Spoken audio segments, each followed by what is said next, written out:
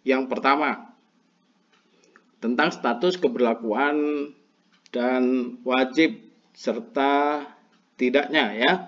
Untuk UN ini bersifat wajib dan menjadi standar kelulusan nasional bagi siswa di jenjang SD, SMP, dan SMA maupun SMK.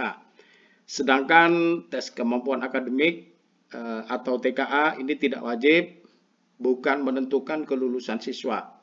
Ini menjadi indikator penilaian dalam seleksi ke jenjang pendidikan berikutnya.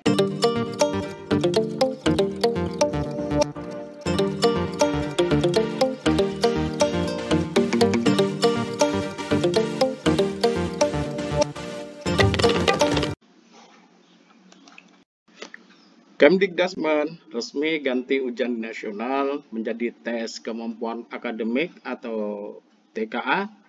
Nah, ini poin-poin penting dan perbedaannya antara TKA dan ujian nasional.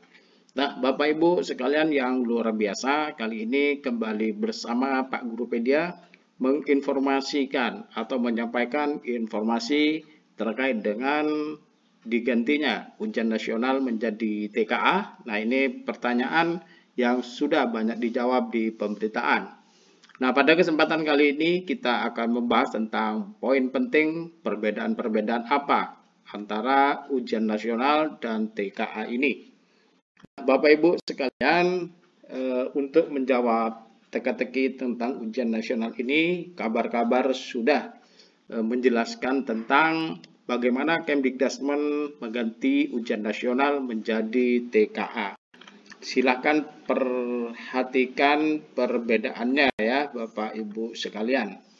Nah, perbedaan TKA dan ujian nasional ini yang pertama, tentang status keberlakuan dan wajib serta tidaknya ya.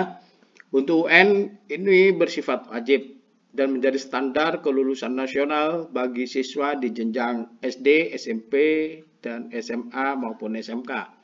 Sedangkan tes kemampuan akademik atau TKA ini tidak wajib, bukan menentukan kelulusan siswa. Ini menjadi indikator penilaian dalam seleksi ke jenjang pendidikan berikutnya. Ini sebagaimana yang telah disampaikan oleh Pak Menteri ya, bahwa TKA ini bukan suatu yang wajib, tetapi bisa menjadi indikator untuk bisa naik jenjang. Kemudian dari fungsi dan tujuan, untuk UN ini berfungsi sebagai standar kelulusan nasional yang menentukan apakah anak atau siswa bisa melanjutkan ke jenjang pendidikan berikutnya atau tidak.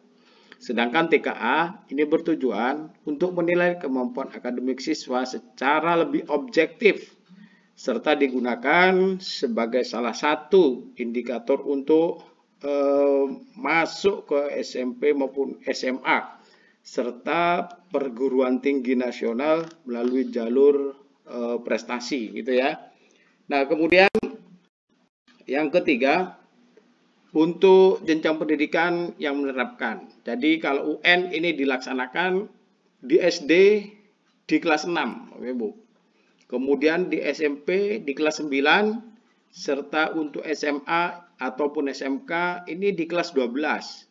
Semuanya sebagai syarat untuk kelulusan, lulus SD, lulus SMP maupun lulus SMA. Nah, sedangkan untuk TKA ini akan diterapkan untuk siswa kelas 12 SMK mulai November 2025 sebagai salah satu ya komponen penilaian dalam seleksi nasional perguruan tinggi SMBP. Nah, ingat, di bulan November akan segera diterapkan untuk kelas 12 menuju perguruan tinggi yang dipilihnya. Nah, bagaimana dengan jenjang SD?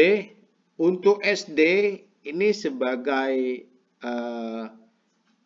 indikator ya untuk penilaian masuk SMP. Kalau SMP sebagai indikator untuk penilaian bisa masuk jenjang ke SMA, yang insya Allah akan diterapkan mulai tahun 2026 nanti. Kemudian tentang metode penilaian. Jadi untuk UN menggunakan standar nilai mutlak yang menentukan kelulusan siswa berdasarkan hasil ujian nasional.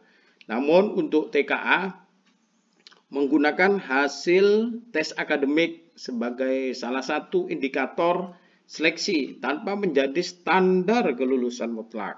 Ini yang membedakan.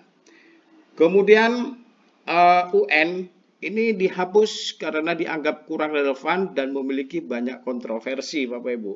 Kemudian seperti mungkin ya ada yang memanipulasi nilai, tekanan psikologis siswa dan lain sebagainya. Kemudian untuk TKA ini dirancang sebagai sistem seleksi yang lebih fleksibel dengan evaluasi dan pengembangan konsep baru agar lebih adil dan objektif.